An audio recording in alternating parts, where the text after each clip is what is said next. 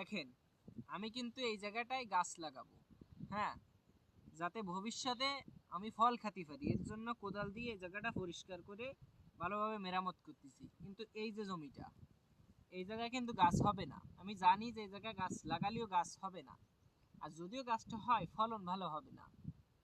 সব কিছু বিবেচনা করে কাজ করতে হবে। যেমন ধরেন না, সামনে মানে নির্বাচন আর কি, ফেব্রুয়ারি মাসে নির্বাচন।